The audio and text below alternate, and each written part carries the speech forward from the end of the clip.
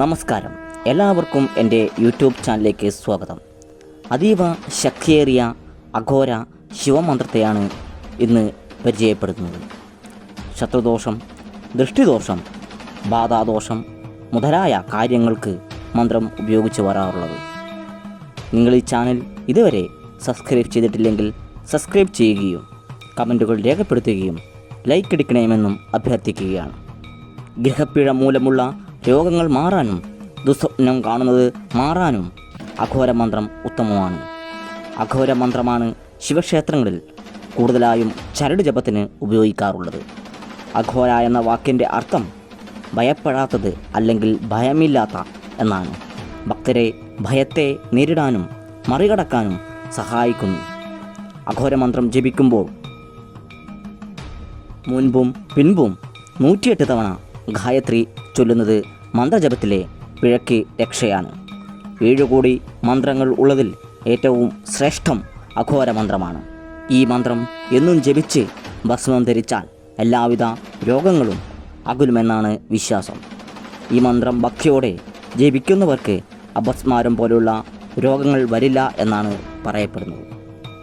ഏതൊരു സാധാരണക്കാർക്കും യഥേഷ്ടം ഉപയോഗിക്കാവുന്ന മന്ത്രമാണ് അഘോരമന്ത്രം. മന്ത്രം ഒന്ന് പരിചയപ്പെടാം. നിങ്ങൾ ഈ കാണുന്ന മന്ത്രമാണ് അഘോരമന്ത്രം. ഓം ഹ്രീം സ്ഫുരസ്ഫുര പ്രസ്ഫുര പ്രസ്ഫുര ഘോര ഘോര തരതനു രൂപ ചട ചട പ്രചട പ്രചട കഹ കഹ വമ വമ ബന്ധ ബന്ധ ഗാദയ ഗാദയ ഹും ഫട്ട് സ്വാഹാം.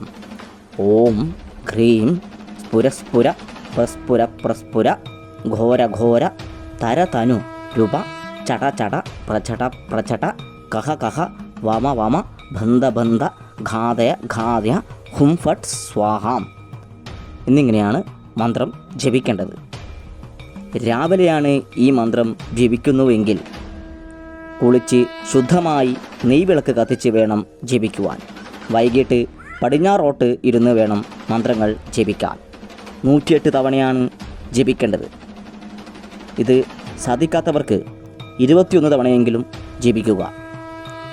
രോഗപീഠകൾ അനുഭവിക്കുന്നവർക്ക് 108 തവണ ഭസ്മത്തിൽ മന്ത്രം ജപിച്ച് നൽകിയാൽ രോഗത്തിന് ശമനം ഉണ്ടാകുമെന്നാണ് വിശ്വാസം. പരമ്പരാഗത അറിവുകൾ നിങ്ങളിലേക്ക് എത്തിക്കുക മാത്രമാണ് ഈ ചാനൽ ചെയ്യുന്നത്. ഒരു വിധത്തിലുമുള്ള സാമ്പത്തികപരമായ കാര്യങ്ങളും ചാനൽ ചെയ്തു കൊടുക്കുന്നതല്ല. നിങ്ങൾക്ക് ഈ മന്ത്രം ഇഷ്ടപ്പെട്ടു എന്ന് കരുതുന്നു. നന്ദി, നമസ്കാരം.